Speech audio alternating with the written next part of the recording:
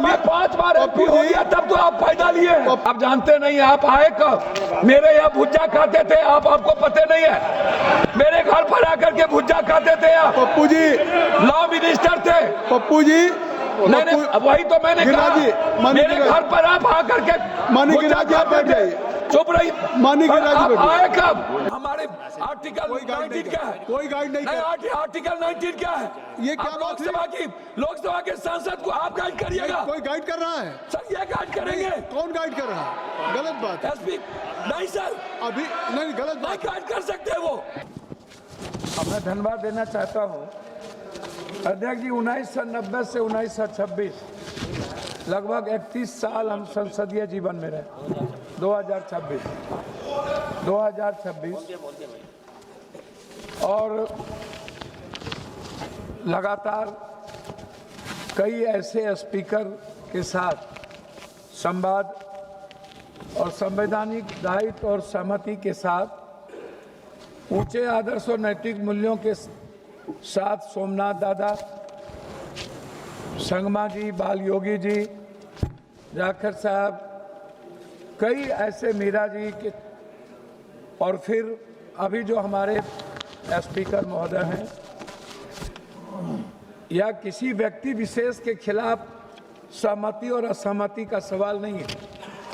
देश के 145 करोड़ लोगों के संघर्ष और उसकी आवाज़, जो सबसे दुनिया की सबसे ऊंचे सदन, जहां ना जाने अनंत हजारों सैकड़ों वीर गाथाओं की कुर्बानी और संघर्ष का प्रतीक है।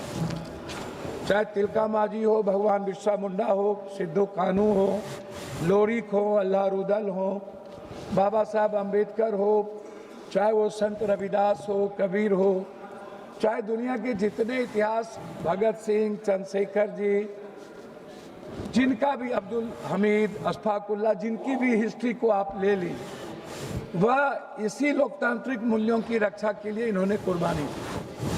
हम सदन में इसलिए कुछ बात कहना चाहते हैं।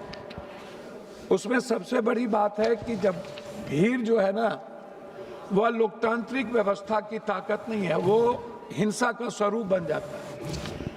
हम अटल जी के साथ भी काम किए और उनके मंत्रिमंडल में भी थे, चंद्रशेखर जी, मुलायम सिंह यादव जी, और जो अभी हमारे एक मित्र कह रहे थे, बीजू दादा के साथ भी हमने संसदीय जीवन का निर्वहन किया। हम अटल जी के गवर्नमेंट में भी थे। हमें याद है अटल जी की एक एक शब्द को, अडवाणी जी के एक एक शब्द को, मुलायम सिंह जी और चंद्रशेखर जी किस तरह हाउस में हमको प्रोटेक्ट करते थे। हाँ, मंत्रिमंडल में थे। आपको याद नहीं है? फेडरल डेमोक्रेटिक पार्टी मंत्रिमंडल में थे। आप जानते नहीं, आप आए कब? मेरे यहाँ भुज्जा खाते थे आप, आपको पता नहीं है? मेरे घर पर आकर के भुज्जा खाते थे आप। पप्पू जी लॉ मिनिस्टर थे।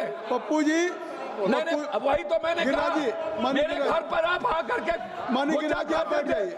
चुप रही। मानी गिरिराज जी आप आए कब? गिरिराज जी बैठ जाइए। मानी गिरिराज जी बैठिए। आप आए कब? पप्पू यादव जी जब मैं 5 बार एमपी हो गया तब तो आप फायदा लिए। पप्पू यादव जी आप चेयर को एड्रेस करेंगे या माननीय गिरिराज जी को करेंगे? बोल देंगे तो जवाब तो क्यों देंगे? मैं सम्मान करता हूं। आप उसको नोटिस मत लें। ठीक है, आप चेयर को एड्रेस करेंगे, आप विषय पे बोलेंगे कि आप गिरिराज जी की बात को। मैंने सदन में तेलंगाना के मुद्दों पर इसी जगह मिर्ची फेंकने को मैंने देखा था। मिर्च तेलंगाना राज के, हाँ जी, स्प्रे तेलंगाना राज के मुद्दों पर मैं इसी सदन में सोमनाथ दादा को न्यूक्लियर के सवाल पर उनकी पार्टी के द्वारा निष्कासित के बावजूद भी उनके वह वक्तव्य मुझे याद है।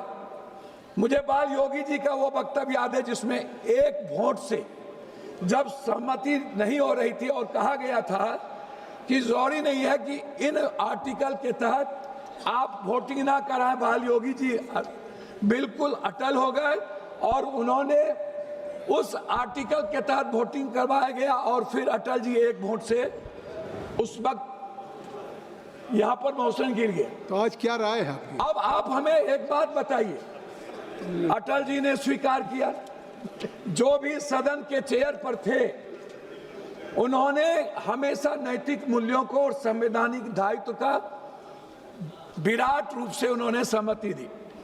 हम स्पीकर साहब के बारे में नहीं कहना चाहेंगे, लेकिन हम कुछ बात जरूर कहना चाहेंगे कि महोदय, नहीं, आप स्पीकर साहब के प्रस्ताव आज पे ये कहना चाहेंगे। मेरी बात सुन लीजिए ना, मैं व्यक्तिगत टिप्पणी नहीं करूंगा।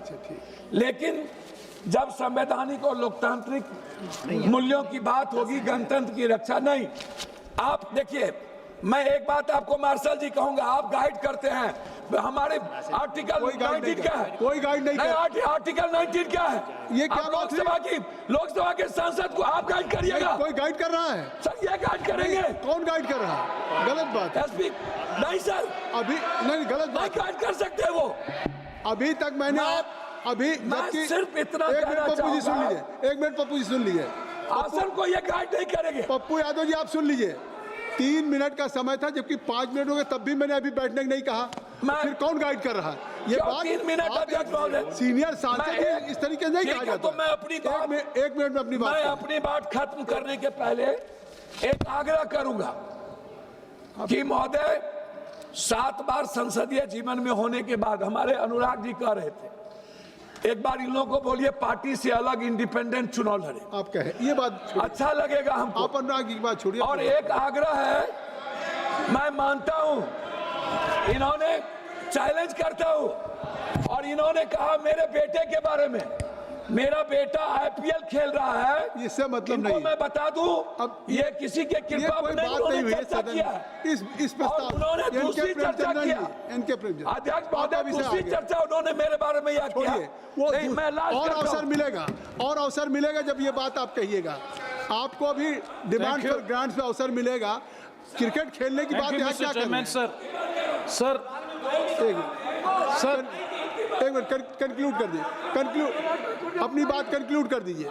कि आडवाणी जी एक थे, हाँ, conclude। लेकिन जब भी कोई प्रतिनिधित्व करने का मौका था तो अटल जी को सिंगल होने के बाद सदन और सत्ता पक्ष उनको मौका देते थे। यहाँ पर सुषमा स्वराज जी का स्पीच याद है मुझे, कंक्लूड करिए। सोनिया गांधी और सुषमा जी का Conclude रेस्पेक्ट, वो मुझे याद है। तो कंक्लूड करिए। मुझे जसवंत सिंह और जसवंत सिन्हा के साथ काम करने का मौका मिला। मैं सिर्फ इतना कहूंगा कि हर सदन के एमपी की गरिमा और हिंदुस्तान के आपकी बात आ गई। 145 धन्यवाद। करोड़ की आवाज प्रेमचंद जी इस